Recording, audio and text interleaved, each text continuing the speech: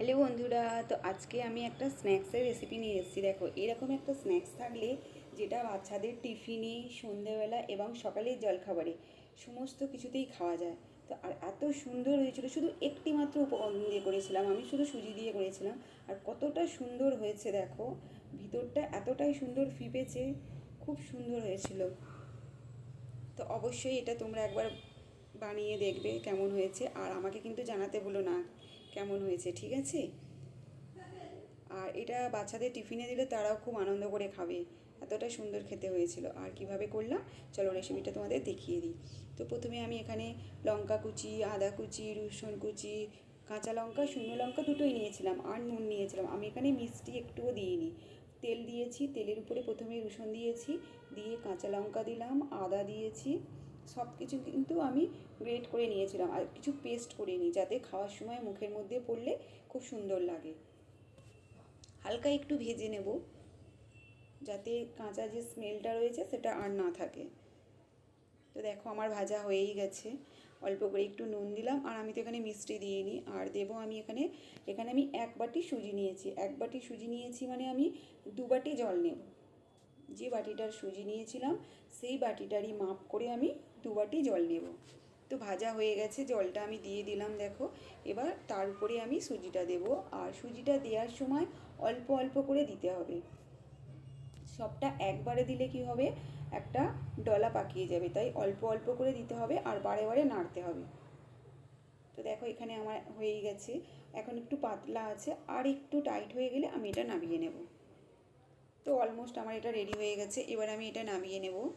নামিয়ে নিয়ে এবার এটাকে যেভাবে আমরা আটা বা ময়দা মাখি সেইভাবে ভালো করে ঠেসে ঠেসে মাখতে হবে। তো দেখো মেখে নিয়েছি, নেওয়ার পরে এবার আমি হাতে একটু তেল লাগিয়ে নিয়েছিলাম। নিয়ে এবার ছোট ছোট ছোট ছোট করে লেচি করে নেব, যেভাবে লুচি করি বা রুটি করি। রুটির থেকে একটু মানে ছোট হবে, একেবারে লুচির মতোও না আবার রুটির মতো না, ঠিক মিডিয়াম যে সাইজটা সেই সাইজের করব। দেখো কেটে নিচ্ছি সমস্তটা, আর খুব সহজে আর খুব তাড়াতাড়ি হয়ে যায় বন্ধুরা। অবশ্যই তোমরা এটা একবার বাড়িতে করে দেখবে, আর আমাকে জানাতে ভুলবে না কিন্তু কেমন হয়েছে, ঠিক আছে? তো দেখো আমি হাতে করেই শেপটা দিয়েছি। প্রথমে আমি গোল করে নিয়েছি, নিয়ে একটু চ্যাপটা করেছি, চ্যাপটা করে মাঝখানটা আঙুলে করেই একটা গর্ত মতো করে দিয়েছি। তোমরা যেমন পারো, এটা স্কোয়ারও দিতে পারো বা ত্রিকোণের মতো দিতে পারো, ট্রায়াঙ্গেল যে শেপটা সেটাও দিতে পারো। তো আমি এখানে গোলটাই রেখেছি। তো এক এক করে আমি সবকটা এইভাবে এবার বানিয়ে নেব।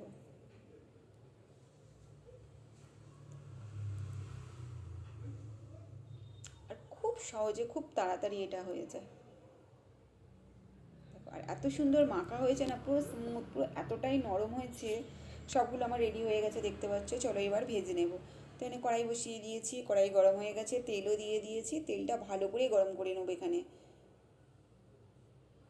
খুব যখন তেলটা হিট হয়ে যাবে তখন আমি এক এক করে দেব, দিয়ে ভেজে নেব।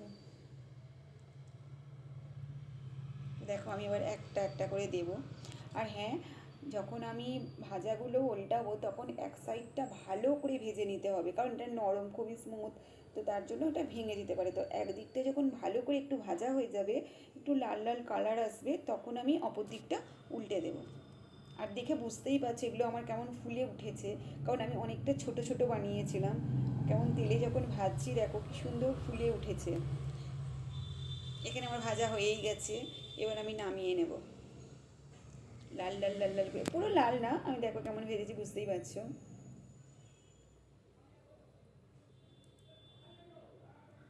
তো দেখো সবকটা আমার ভাজা হয়ে গেছে। তো কেমন হয়েছে অবশ্যই জানাবে বন্ধুরা, আর অবশ্যই করবে।